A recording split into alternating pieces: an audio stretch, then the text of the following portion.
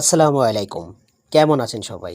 আশা করি আল্লাহর রহমতে আপনারা সবাই ভালো আছেন। আগামী ২১ আগস্ট গ্রেনেড হামলা দিবস। আর এই গ্রেনেড হামলা উপলক্ষে আমি আপনাদের মাঝে একটি পোস্টার ডিজাইন শেয়ার করব এবং কিভাবে এই পোস্টার ডিজাইনটি মোবাইল দিয়ে কাস্টমাইজ করবেন সেটি সম্পূর্ণ ভিডিওতে দেখিয়ে দিব। আপনি যদি আমার চ্যানেলের নতুন দর্শক হয়ে থাকেন অবশ্যই চ্যানেলটি সাবস্ক্রাইব করবেন এবং পাশে থাকা বেল বাটনে ক্লিক করে নোটিফিকেশন অল করে দিবেন। ভিডিওতে কিছু সময় পর পর একটি করে সর্বমোট ৪টি পাসওয়ার্ড দেখানো হবে। সম্পূর্ণ ভিডিও দেখে পাসওয়ার্ড সংগ্রহ করুন। তো চলুন শুরু করা যাক।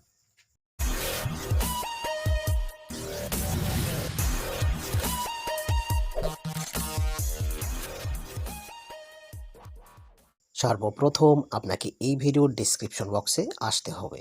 সেখানে ডাউনলোড পিএলপি নামে একটি লিঙ্ক থাকবে। সেই লিঙ্কে ক্লিক করে ভিডিও দেখে ৪টি পাসওয়ার্ড সংগ্রহ করে ফাইলটি ডাউনলোড করে নিন।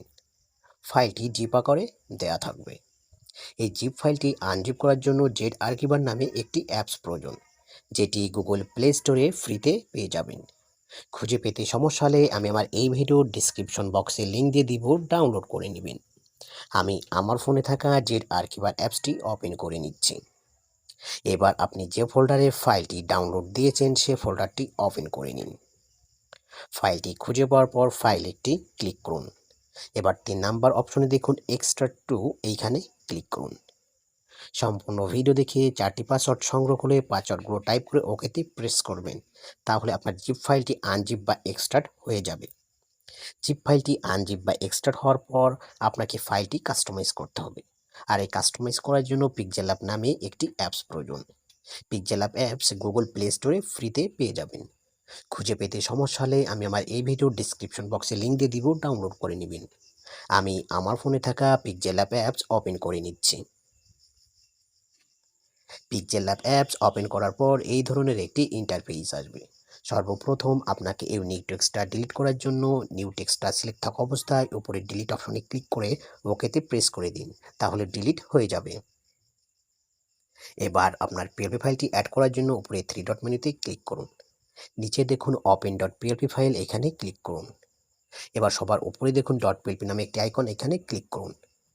এবার আপনি যে ফোল্ডারে ফাইলটি এক্সট্রাক্ট করেছেন সে ফোল্ডারটি ওপেন করে ফাইল একটি ক্লিক করুন।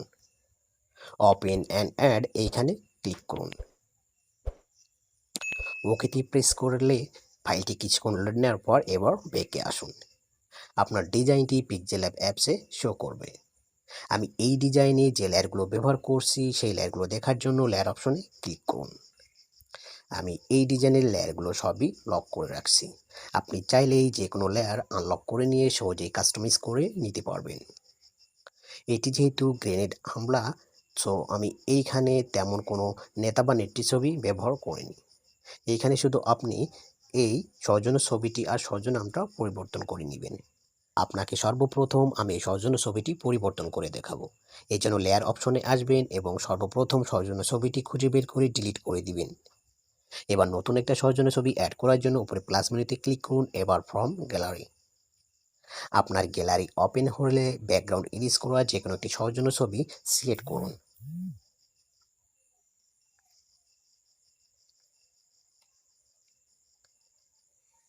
ওকেতে প্রেস করে ছবিটি রিসাইজ করে বসিয়ে দিন।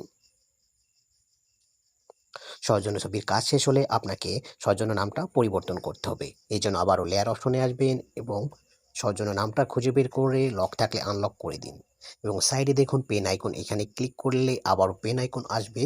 তারপর আপনার কিবোর্ড অপশন আসবে। এইখানে আপনার সৌজন্য নামটা টাইপ করে ওকেতে প্রেস করে দিবেন। আপনি চাইলেই সহজে এই লেখার কালারও পরিবর্তন করে নিতে পারবেন। এর জন্য লেখাটা সিলেক্ট থাকা অবস্থায় এই টেক্সট অপশনে এসে কালারে আসবেন।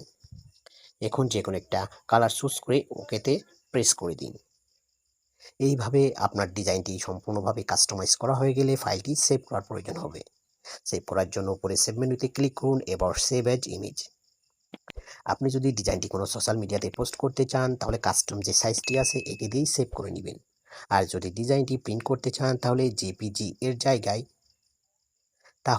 ইমেজ ফরম্যাটের জেপিজি এর জায়গায় পিএনজি করে নেবেন এবং কাস্টম যে সাইজটা আছে এটি দিয়েই সেভ করে নেবেন। তাহলে ফুল এইচডি কোয়ালিটিতে প্রিন্ট পাবেন। তো এই ছিল আমার আজকের ভিডিও। ভিডিওটি ভালো লাগলে অবশ্যই লাইক, শেয়ার অ্যান্ড কমেন্টস করবেন এবং পরবর্তীতে কোন ধরনের ভিডিও চান অবশ্যই জানিয়ে দিবেন। আসসালামু আলাইকুম।